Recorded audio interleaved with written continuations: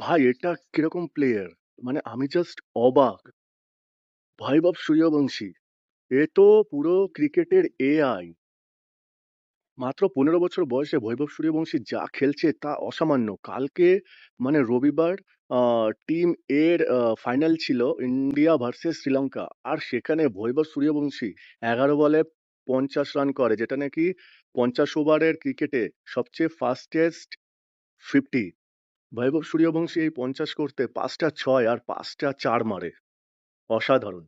ভাবা যায় ১৫ বছর বয়স, যে বয়সে হিস্ট্রি পড়ার কথা সে বয়সে বৈভব সূর্যবংশী হিস্ট্রি করছে।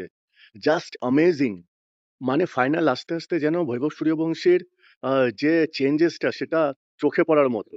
তো কালকে সে 29 বলে 94 করে। তো ম্যাচটা আমি দেখছিলাম। 94 এর পরে যখন ৬ মারতে গেল ও আউট হয়ে গেল। বাট এই সময় যে অসাধারণ পারফরম্যান্সটা দিচ্ছে সেটা বৈভব সূর্যবংশীর জন্য দারুণ প্রশংসনীয়। এ যেন সব টিমকে বলছে, "ভাই আমার সাথে কোনো পাঙ্গা নিবি না। নিলেই প্রবলেমে পড়বি।" যাই হোক, একটা সময় সচিন ছিল। আর এখন হচ্ছে বৈভব সূর্যবংশী।